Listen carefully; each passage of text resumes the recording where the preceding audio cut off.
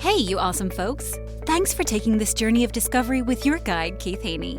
You're listening to the Becoming Bridge Builders podcast, your favorite podcast for everything from racial reconciliation to education innovation, justice reform, and leading change in the 21st century. This podcast is for people who love to be challenged with difficult topics, but want practical solutions to solve these challenging issues. Becoming Bridge Builders makes change possible. Each week on the podcast, Keith invites innovative thought leaders to share how they are building bridges in their area of expertise. You will hear breakthrough ideas and concepts that are changing the world. He's featuring guests who are best-selling authors, leaders at Microsoft, entrepreneurs, leading educators, professors, lawyers, and so many more. Listen in to learn how you can be the bridge to the change you are seeking. Welcome to Becoming Bridge Builders, the podcast dedicated to courageous conversations, deep understanding, and the work of building bridges in a world too often divided. I am your host, Reverend Dr. Keith Haney, and today we step into one of the most urgent human rights struggles of our time, the fight for freedom, dignity, and justice in Iran. Our guest is someone who lived that struggle every day of her life. Zolal Habibi is an Iranian human rights activist, a leading voice on women's rights and democratic reform, and a member of the Foreign Affairs Committee of the National Council of Resistance of Iran, the NCRI.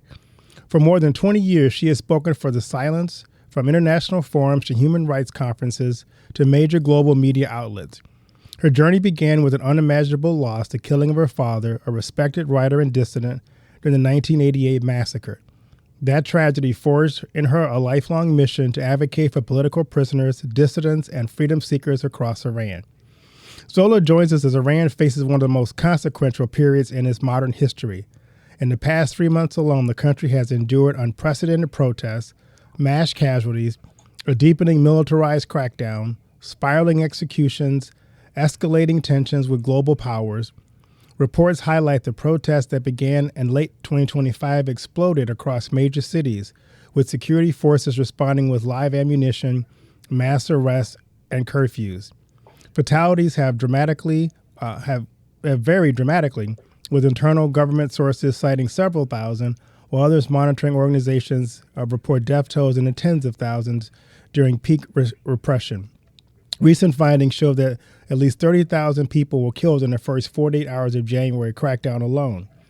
According to Iran's Ministry of Health, while protests that began in December 28, 2025 continued into mid-January amid nationwide shutdowns.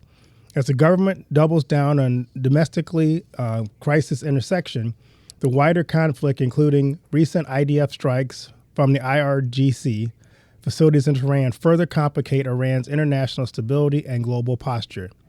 Amid this turmoil, human rights groups report catastrophic violations, hundreds of women killed in protests, widespread executions, an intensifying state of effort to crush dissidents through surveillance, arbitrary detention, and lethal regression. Into this moment, we welcome our guest, Zola. Welcome to the podcast.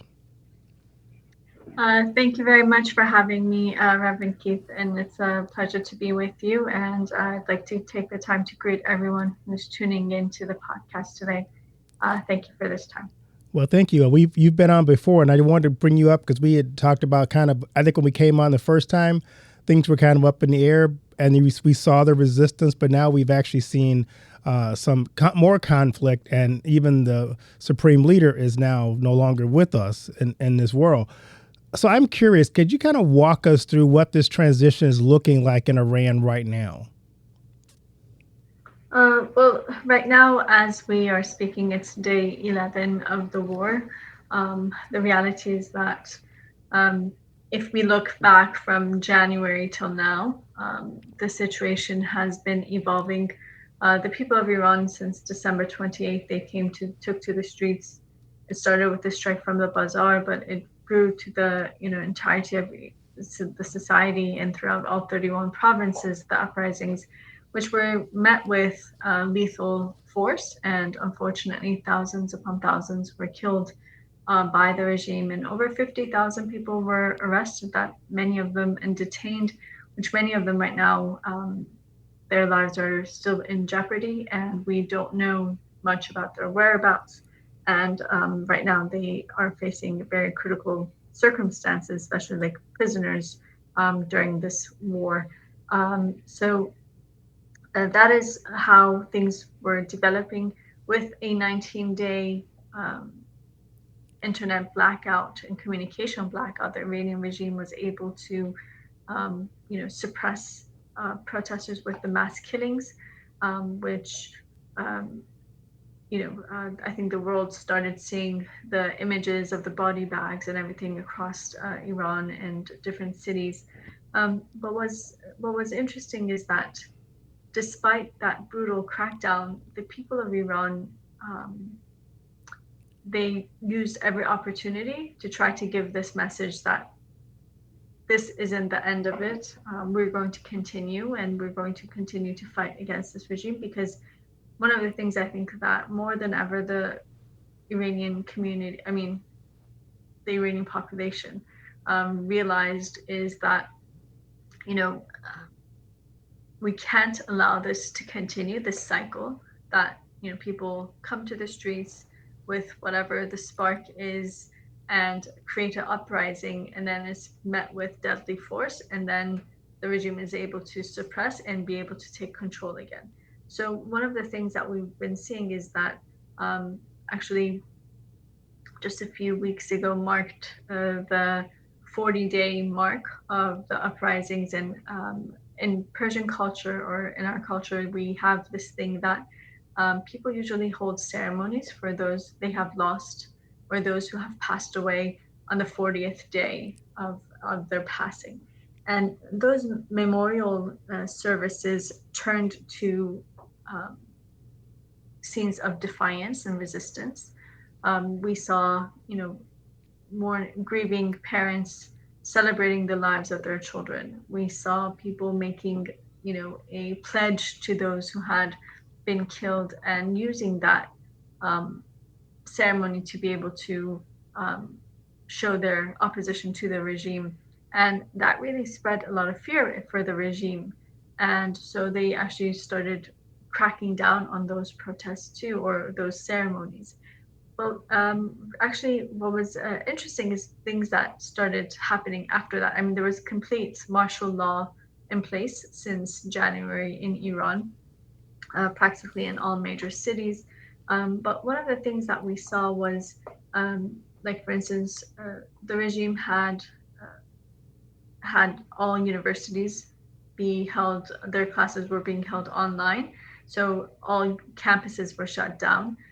After 40, 50 days, they allowed the students to return to the universities. And that first day, students actually held memorial services for their classmates who had been killed. And from the next day, protests began. And this was actually on February 22nd, so 1 week before the start of the war. We saw those protests breaking out in different campuses across Iran, and targeting the entirety of the regime and the overthrow of the regime. We also saw about 5 days before the war that actually resistance units, about 250 members of resistance units in Tehran, they carried out a organized operation against the headquarters of Khamenei, the same headquarters which were targeted on Saturday, the first day of the war, Saturday, February 28th. And that was something that was unprecedented in the last 2 decades. So 250, members of resistance units carried out this operation, and it had a major, ripple effect, but also I think just the message that it had for the regime and for society was a major shift, because it showed the regime that, first of all, this was the most secure location in all of Iran, and at a time that they were on heightened security, but still this operation was able to be carried out. Yes, unfortunately, about 100 of those who participated in this operation, they were either killed or arrested. But still, the fact that they were able to do that it actually showed the people of Iran that the regime is in a much weaker state than it presents itself. And so that had that message, and also that the resistance lives on, and people are organizing and regrouping to enter this new phase or this new chapter in their fight against the regime. So that was like the message that we're getting right before the start of the war. um, During this war, the first day, while Khamenei was eliminated, of course, the people of Iran were happy to have such a brutal dictator, eliminated. But the reality is that the people of Iran always saw it. They always wanted to be able to, have this done by the people of Iran themselves, and to be able to hold him accountable for the crimes that he had perpetrated, or, this was something that they wanted to do themselves. But the reality is that, unfortunately, with what has followed, we have always stated as the Iranian resistance that the solution to the issue of Iran is neither war nor appeasement. Right. It is supporting the Iranian people and the resistance to bring about change. Because war, you can't just look at it from that one angle and perspective of saying, well, Khamenei was eliminated after 37 years, but we're also seeing the catastrophe of war. We're also seeing, the innocent civilians who are being killed. We are also seeing the, infrastructures that are being completely demolished, and we're also seeing the spread of this war, because the Iranian regime is the number one state sponsor of terrorism, and this is something that's really important to take into consideration. That's why I think it was on day 2 or 3 of the war that they started retaliating and targeting other countries in the region. But going as far as Cyprus and now Turkey, and also making threats of targeting Albania, which is actually a NATO, a member of NATO. So that would just really change the dimensions of the war. And the reality is that the Iranian regime is trying to play the victim card here right now. And the more this war drags out, the more that it will be, capitalizing on that, and to try to garner support, the popular support that it doesn't have within Iran, but be able to get that from abroad. And also, the Iranian regime has always strived on destabilizing the region. So these are things that are important to understand. In regards to the situation, one of the reasons that the Iranian resistance has always stated that the solution to the crisis in Iran is not war, and also not appeasement, because appeasement finally leads to a war, and that is what we're seeing. And also, unfortunately, the main bargaining chip in the appeasement policy, in the negotiations with this regime throughout the last 4 decades, have been the Iranian resistance and the Iranian people. So that doesn't benefit anyone. And the reality is that this regime is non-reformable. I think that has become clear to the world, because the reality is a viper never gives birth to a dove. And this is something that we've said not from today, but from 1996, when Khatami was brought into power in Iran. So now, why isn't war the solution? Because first of all, the scenario, Iran is very different from many other countries. I think it's very important to understand it. Even like, I'm not even talking based on just ethics and principle that war is not the solution, but even logically from a military perspective, even if you look at it, you can have Khamenei removed like he has been now, but this system is very different from, like, for instance, the scenario in Venezuela. It's not like when you remove that one person, this whole system falls through. It has a complete apparatus and it's intact, and that it doesn't mean the end of the regime, the same way that the death of Khomeini didn't mean the end of the regime. Right now, everyone, I think you've probably heard, but 2 days ago, Khamenei, Mojtaba Khamenei, the son of Khamenei, was chosen by the assembly of experts as the new Velayat Fateh, as the new supreme leader. He has been part and parcel of this regime from the onset. For the last 3 decades, he was alongside his father and has been among the principal architects of repression, the export of fundamentalism and terrorism, and the plundering of the Iranian people's wealth.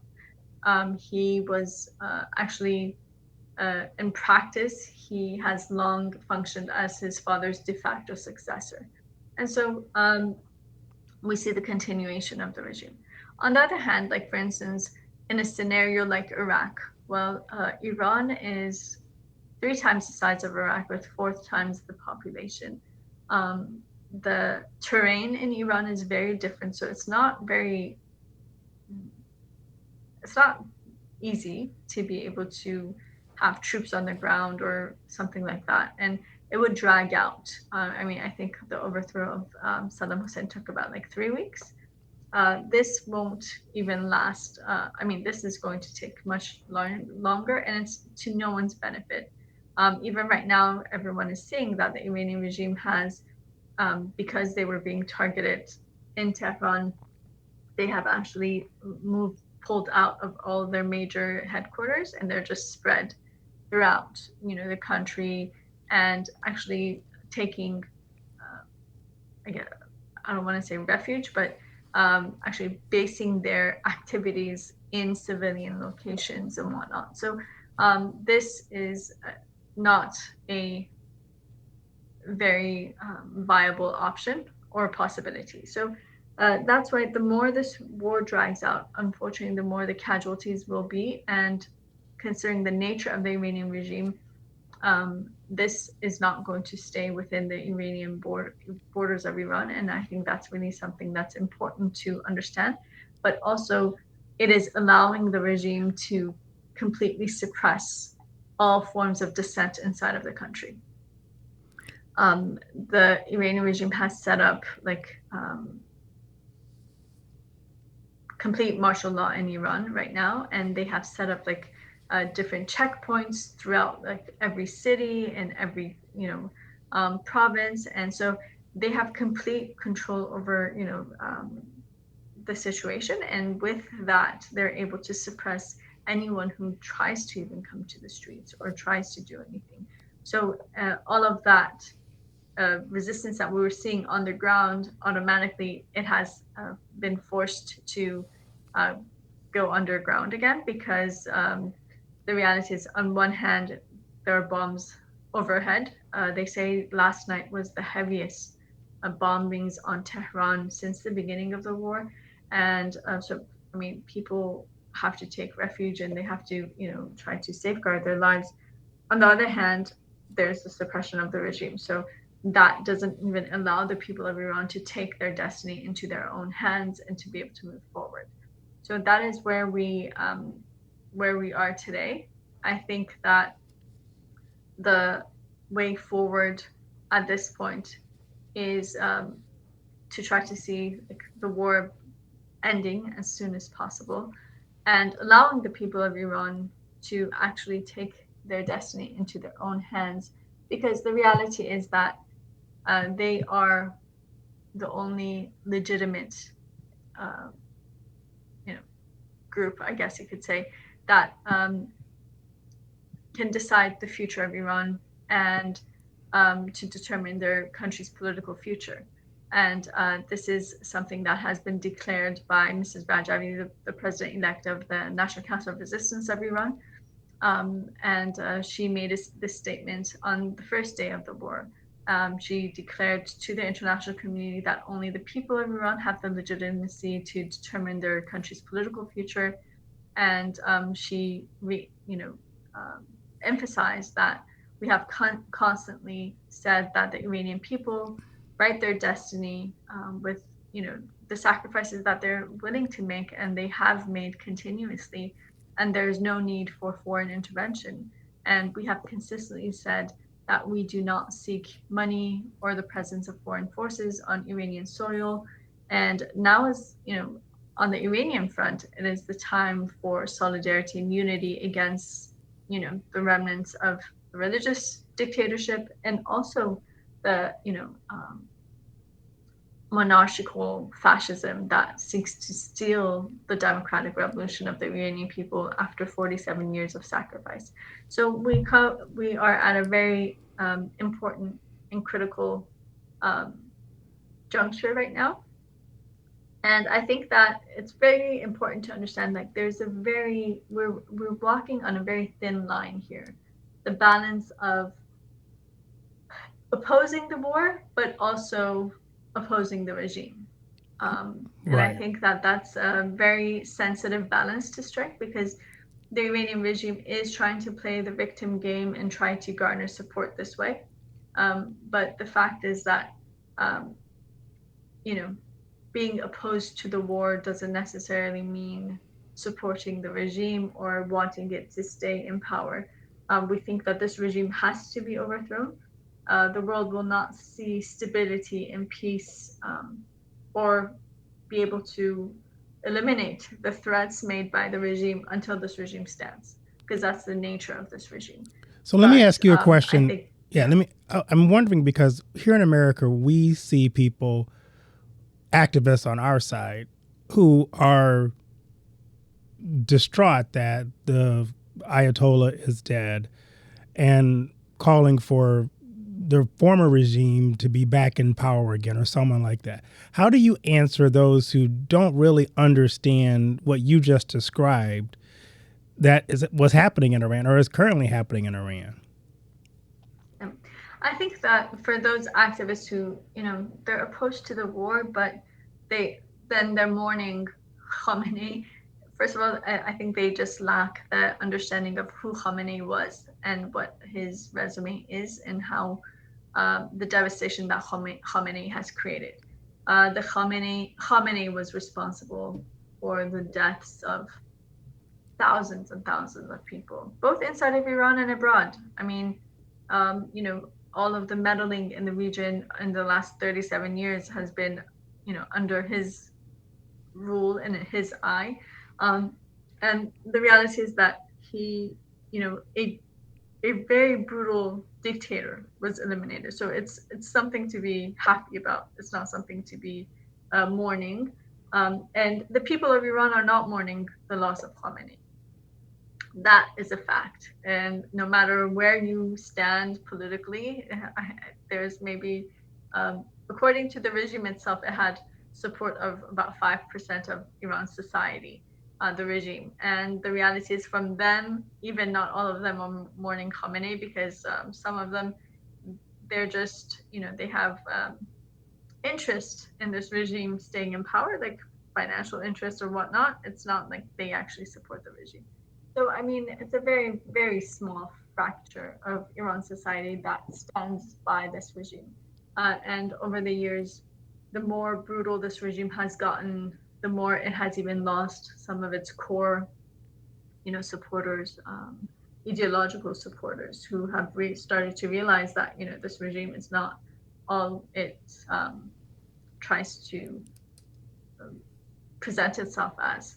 And they're true hypocrites to, the things that they try to present. I have seen there are some that consider like the regime to have been like a supporter of Palestine or whatnot, and that's not even true, because the Iranian regime has actually been one of the most, I guess, has really acted against the people of Palestine, and has added to the fuel of warmongering and this crisis in the Middle East for decades. Because Khamenei actually had, about 10 years ago, he made a speech. It was during the height of the Arab Spring, and with everything that was happening in Syria, and said, if we don't fight today on the streets of Syria, Lebanon, Iraq, whatnot, we have to fight on the streets of Tehran, Shiraz, and Esfahan. And that is exactly what happened. So the regime always relied on export of what we call terrorism, but what they call export of revolution, which was export of terrorism, fundamentalism, and warmongering. So that is the reality of the regime. For So those that you see on in the streets or anywhere else who are celebrating this war or supporting it, that is also a very small marginal faction, and they're monarchist, Iranian monarchist, who see no other way of coming to power other than foreign intervention, because they don't have any organized structure. They're not willing to pay a price for the freedom of Iran. They want to be installed the same way that the Shah and his father were installed by foreign powers. Because Reza Khan, who was the first in the Pahlavi dynasty, he was brought in through a military coup by the British, and then Mohammad Reza Shah was actually, um, you know, reinstated by the U.S. after the coup d'état against Dr. Mossadegh. Before that, when Reza Khan wasn't serving the purposes that the British had, he was actually sent into exile, and they had brought in his son Mohammad Reza Pahlavi. But after Dr. Mossadegh became prime minister and was trying to enforce that the Shah, that we have actually constitutional monarchy and not complete dictatorship. Once that was happening, the coup d'état against Dr. Mossadegh by the MI6 and CIA in 1953, which then reinforced, Mohammad Reza Pahlavi. So that is how they have been able to reign over Iran for 50-something years, and that is what they are looking for, and that's why they support a war. Because I don't think you will find anyone anywhere in the world that would support their people being bombed. right, exactly. That is what we're seeing from them. So I'm curious. You talked about the fact that Iran right now, or the regime, is attacking all of its neighbors in the region to destabilize things. I also saw that, and maybe you can kind of shed some light on this as well. What's the relationship between Iran and the Kurds? Because I heard the Kurds were upset, and they were thinking of being boots on the ground, so to speak, in this conflict. Can you kind of walk us through what that tension is between Iran and the Kurds? Yes, that's Iranian Kurds. So the Kurds of Iran. The reality is that unfortunately, they're not only the Kurds, but practically all different ethnicities in Iran have been systematically suppressed, both under the current regime and the previous regime. So they have been continuing to fight for Kurdistan, like for instance, in this specific case. And so, but they do have Peshmergas, and they are organized, so they are an organized force. The US and Israel, I think, were in talks with them to try to be able to use them as, for troops on the ground or whatnot. There was a lot of talks around it. A lot of them right now these days, it's very difficult to fact check some things, and so right, exactly. A lot of it are rumors, and we just have to see how things play out. But the reality is that they have systematically been suppressed, the Iranian Kurds, by this regime, and this is from back in actually a few months after the revolution had started, or about a year after the revolution. The massacre of people in Kurdistan, and it has been continuous.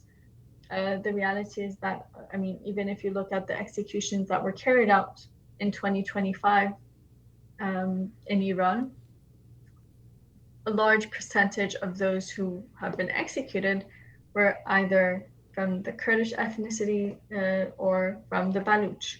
So they have been systematically been the target of suppression and execution. And so, yes, but what is important is also to realize that, because some try to present them like in the disinformation war and propaganda war as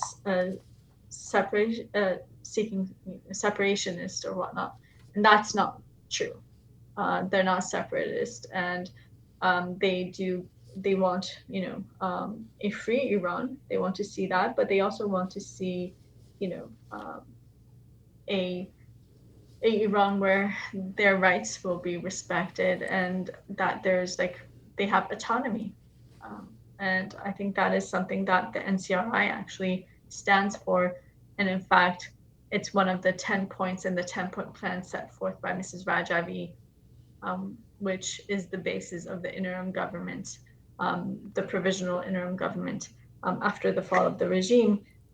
It calls for, recognizing the sovereignty of um, Kurdistan, or the rights of the ethnicities in Iran.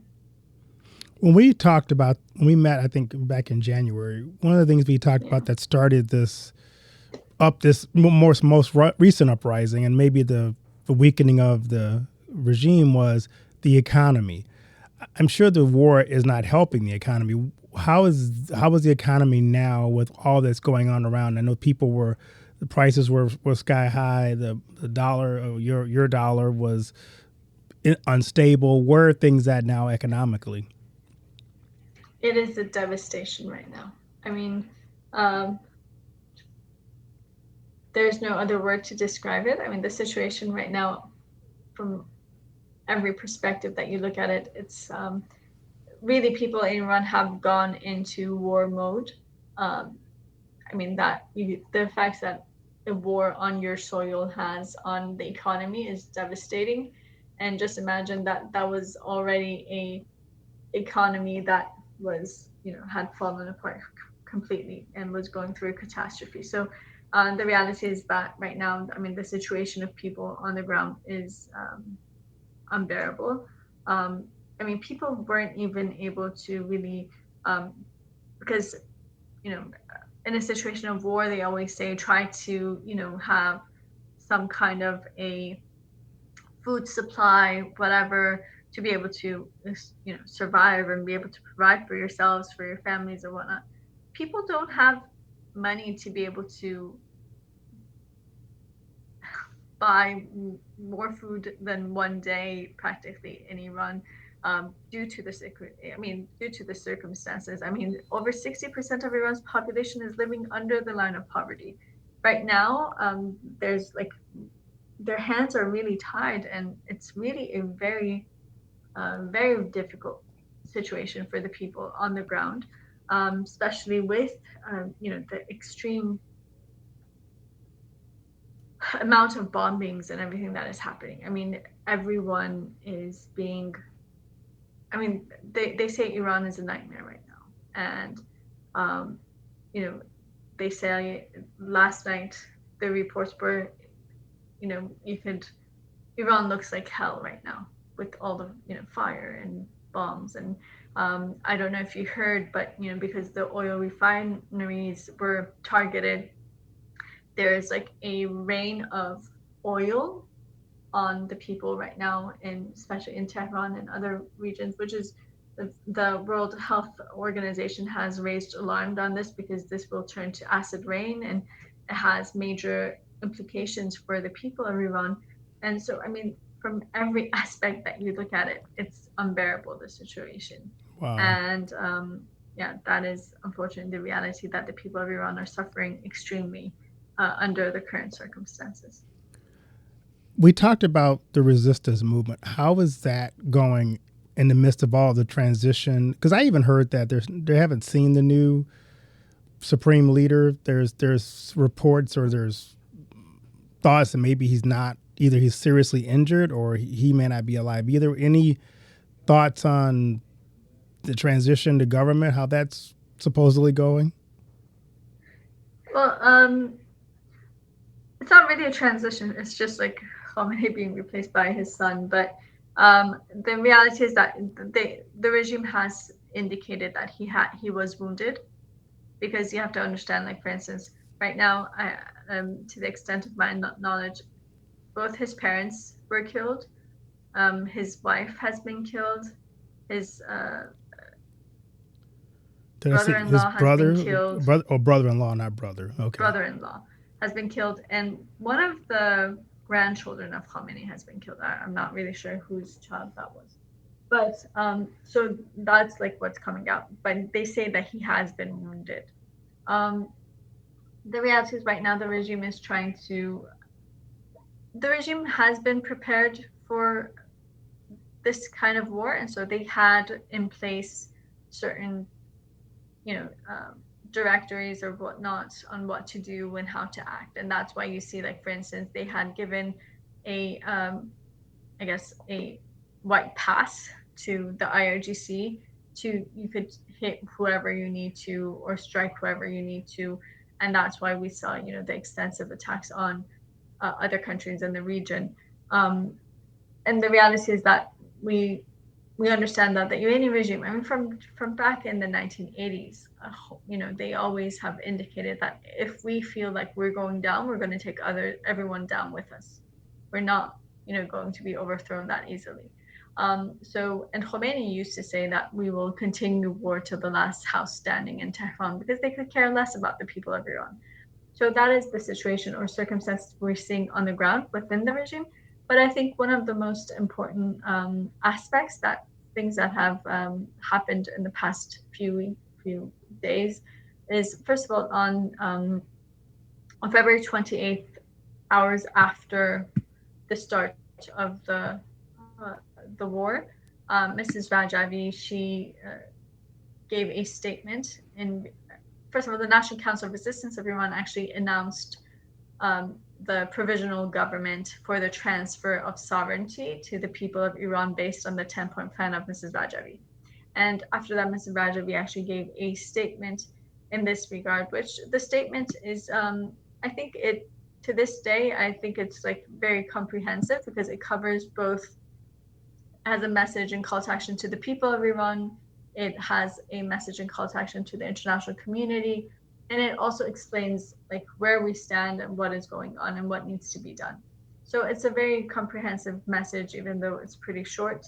And the reality is that I think that that is the most precise thing that we're going to see because actually the way things have, you know, played out, to be honest, one of the things that I find very interesting is that everything that the Iranian resistance has said for decades has been now proven to be correct.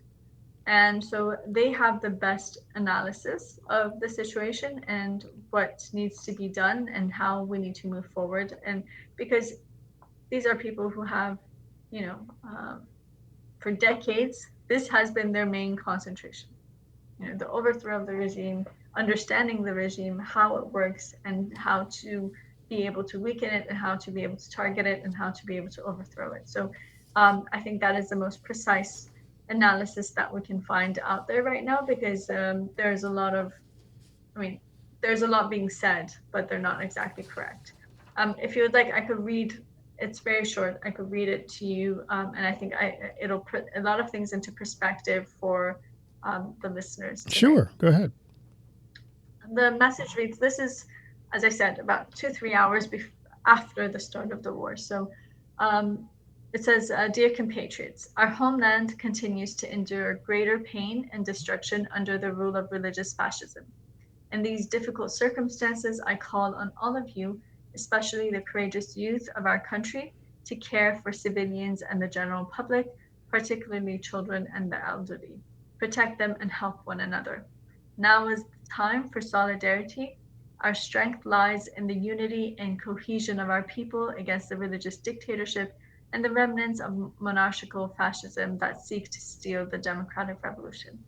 At this critical moment, I call upon our compatriots and all forces of Iran's democratic revolution to remain vigilant and prepared.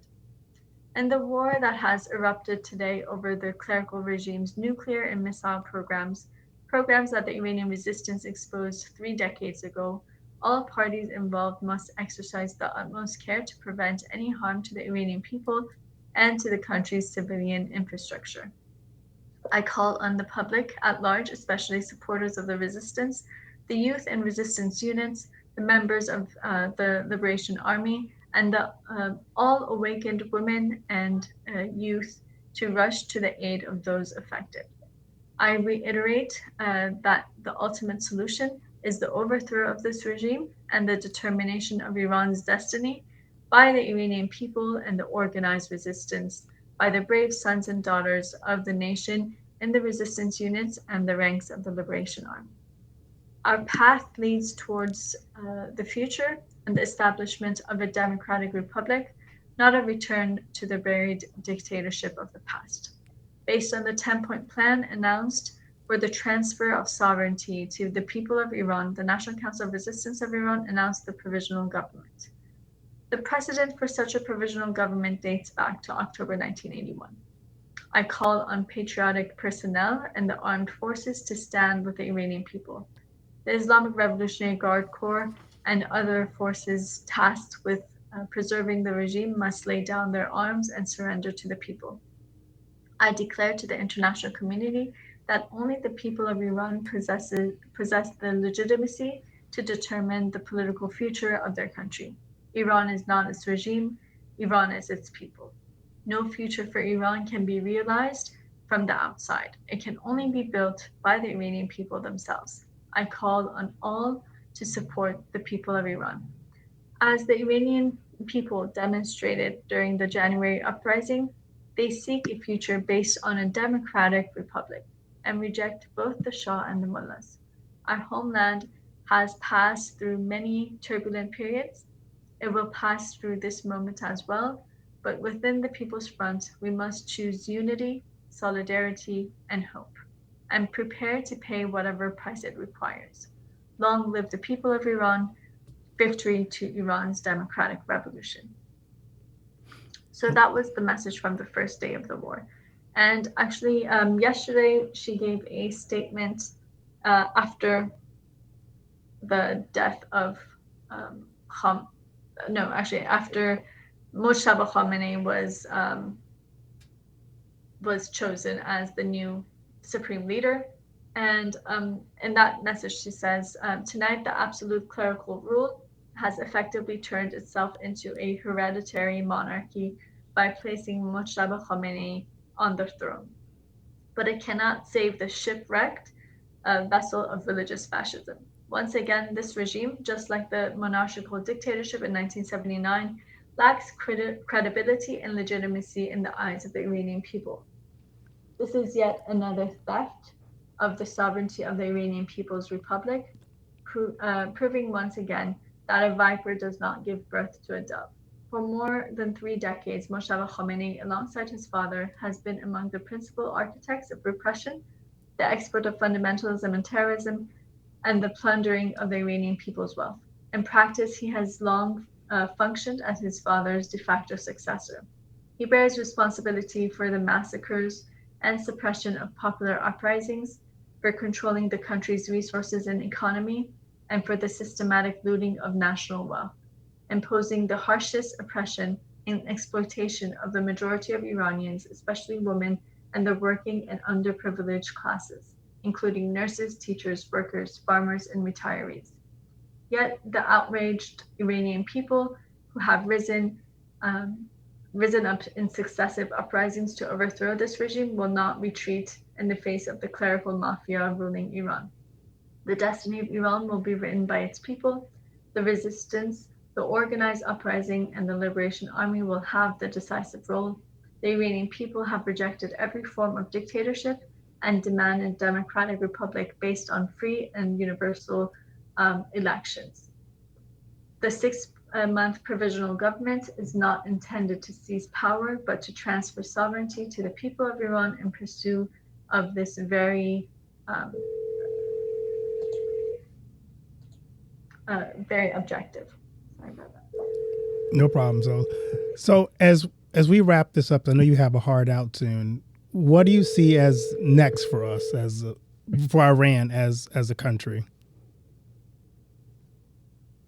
Well, I think that what comes next is, first of all, I think that we have to wait and see how this war ends. But I think what is most important is for this war to come to an end and to allow the people of Iran to take their destiny into their own hands. We will see, I think, the growth of, the fight of the people of Iran with this regime, with the IRGC, and with the suppressive forces in different forms. Parts will be, uprising and protest. Part will be probably armed struggle, because that is, the regime is going to become more brutal to be able to keep its power, its grip on power. So people have to be able to, fight back. They need to be able to disarm the, suppressive forces, and to be able to, protect one another and protect the country. So I think that is the direction that we are probably going towards. I think at this critical juncture, it's really important for the international community to, first of all, realize that the mistakes that have been made so far in policy, and recognize the fact that appeasement and war are not the solution. So now, finally, after 47 years, try to recognize the fight of the Iranian people and their organized resistance against this regime, and to recognize, the opposition of the Iranian people. And I think that, right now we have seen, just in the past last week, actually, like within the first 48 hours, I think we had about like 470 lawmakers and prominent personalities who voiced their support for the provisional government announced by the NCRI. I think that needs to grow, and I think that governments need to, recognize that Iranians have that capability and capacity to bring about change. All they're asking for is for an end to the policy of appeasement, and I think that is to the benefit of the world at large. And so I hope that we start moving into that direction more and more, and allowing the people of Iran to take their destiny into their own hands. Well, Zola, thank you so much for your courage and for bringing clarity to a movement that will shape millions of lives. The path ahead for Iran is uncertain, but the dignity and determination of its people remain unshakable. To our listeners, we ask you to stay informed with credible sources and follow what's going on in Iran. We want to build bridges by standing with the oppressed, telling the truth with care and courage, and help create spaces for accountability and hope. I am Reverend Dr. Keith Haney. Thank you for listening to Becoming Bridge Builders. Until next time, be kind, be brave, and keep building. Thank you, Zola. Thank you very much. Do you know that most entrepreneurs hit a revenue ceiling and have no idea why? They're working harder, spending more money, running more ads, but revenue stays flat. My friend Dr. Noor St. John calls this the invisible break. He's giving our listeners a free revenue ceiling audit to help you see what's really holding you back. You'll get a free 30-day membership to NoahBot, giving you access to Dr. Noah's 30 years of experience to help you reach your next level. But hurry, because there's only 50 available this month. So if you're tired of being stuck at the same revenue level and want to finally break through, get your free revenue ceiling audit at drnoahvault.com in the affiliate link that'll be listed in the show notes.